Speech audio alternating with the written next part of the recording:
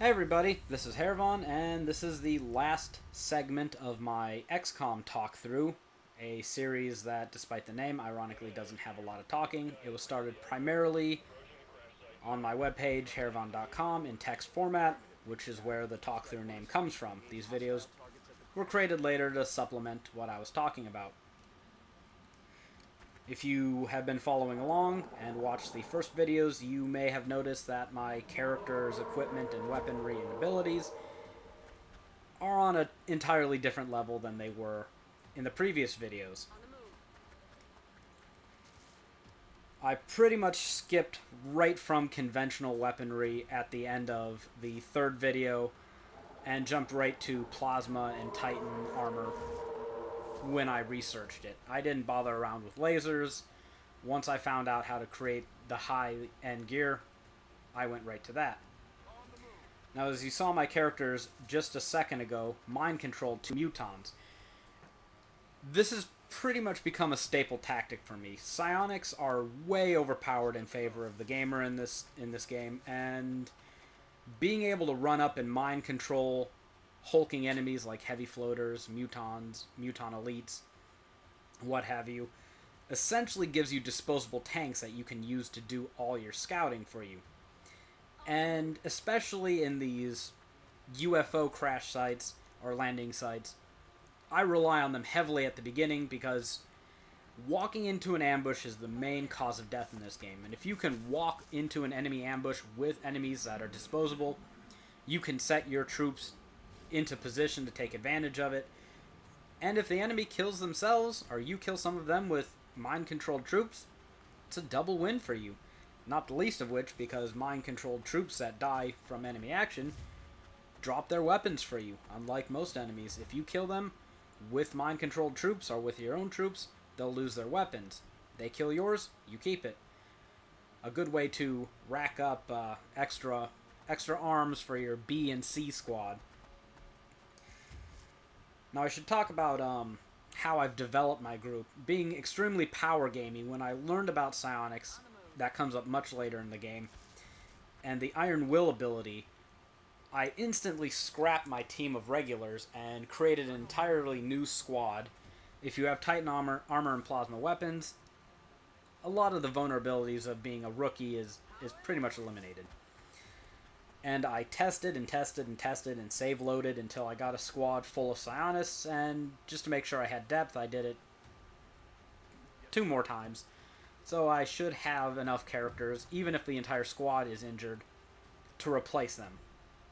I know, I played this game way too much, and it's just kind of repeating the same missions now. And I love that it lets you farm for experience, farm for bonus troops, farm for extra everything. It's fantastic. The beginning of the game is quite a bit of a rush, but if you can survive it, you'll thrive at the end game. Now, all these characters are bearing the very best weapons and armor into battle.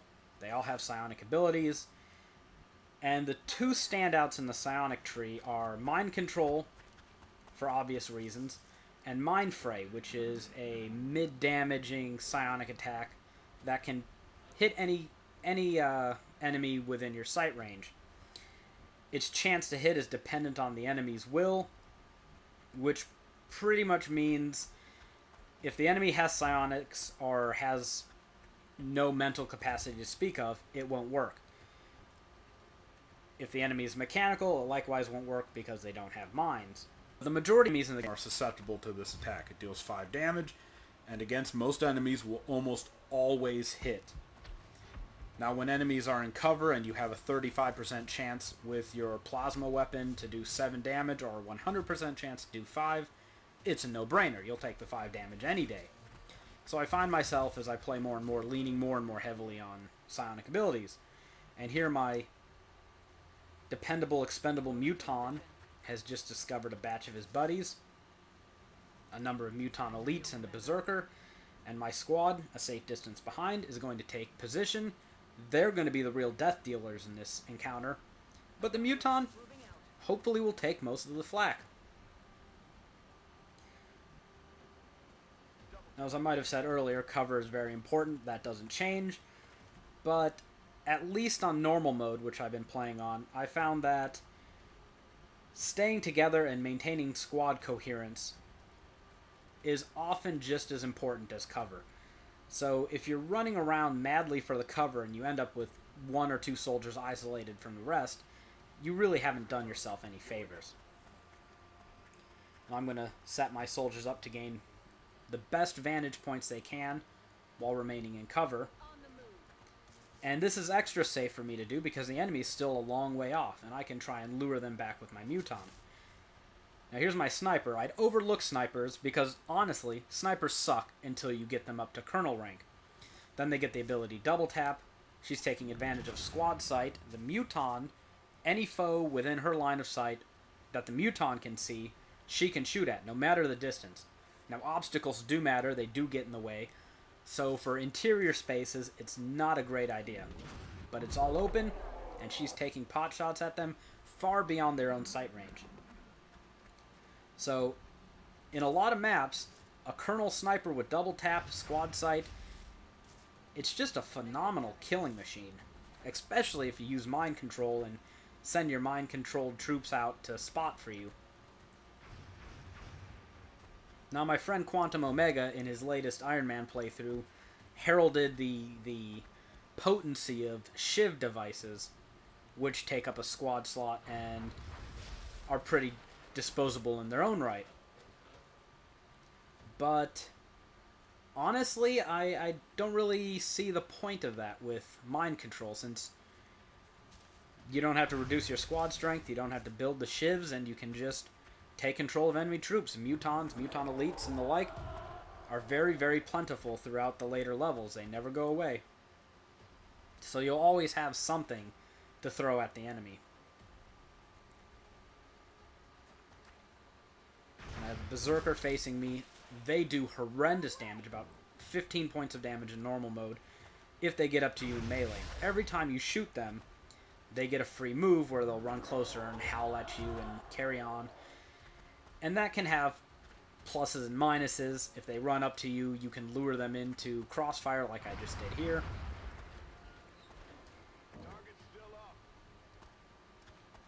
And this is my heavy George Haas shooting away at it, and that Berserker is not going to be hurting anybody. I love heavies. I absolutely love them. I lean on them quite heavily. Their rockets, especially with the blaster launcher, are amazing homing, potent devices for taking care of some of the most powerful enemies in the game. And also, very early on, they learn an ability that lets them take 2 shots consecutively. Fantastic classes. Now I'm sending this Muton deep into enemy territory to scout for me. Mind control doesn't last forever, so I'd like for him to kind of be out of the way when it runs out. Another tactic I'm very fond of with mind-controlled enemies is having them drop grenades on themselves and or on enemies. This wastes their grenade, means they can't throw it at me, and it scores some free damage against themselves and against their former allies. And here I'm going to chuck a grenade to take this guy out.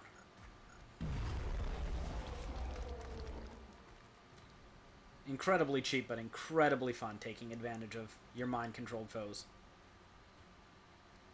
And my sniper, well beyond her own range, is going to deal some more death.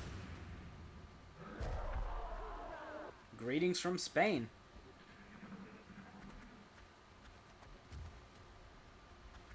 And now my mind control victim is now free, but that's just fine. I eliminated a great deal of the Mutons over there, and the fight that I have in front of me now is much, much easier because of it.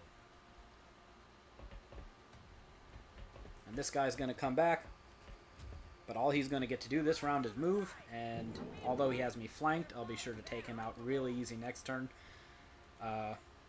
Again, mind control gives, soundness gives me a bit of a guarantee when fighting such foes. I know that I can kill him in 2 mind frays if I need to. And there's George Haas again, shooting down another one.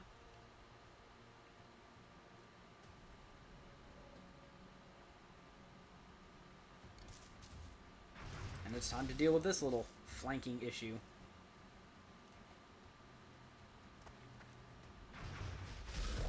There's Shepard. Yes, I named her after my Mass Effect character. I recycle characters quite frequently, and I see no reason why I shouldn't do that in a sci-fi setting as well as a fantasy one like I'm used to. And now I sped things up. The adversaries are dead, and the next few minutes are just of me moving. I know it's all tactical glee and fun, but it really is a mercy on my part, because it's terribly boring to talk through, and I'm sure it's boring to watch, so I've got it indicated in the corner. You'll see this on a number of other videos. The moving just isn't interesting watching, and you get all the nitty-gritty of the tactics, what little I employ most of the time, without having to sit through the, where is he going to move this character? Who cares? Just get on with it. So I got a little sound cue letting me know roughly where the enemies are. They move around the map, so it's not easy always to pin them down. But this is a pretty small UFO, so there's not too many places they'll be hiding.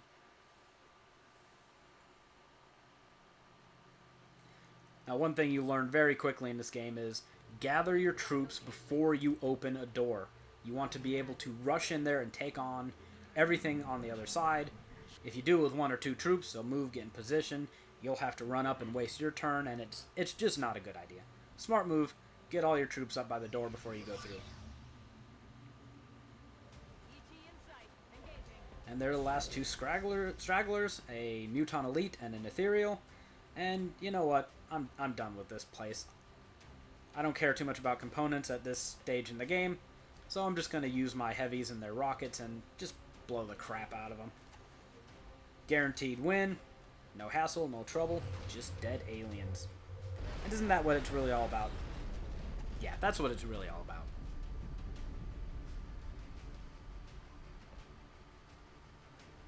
And the final shot goes to Big Daddy.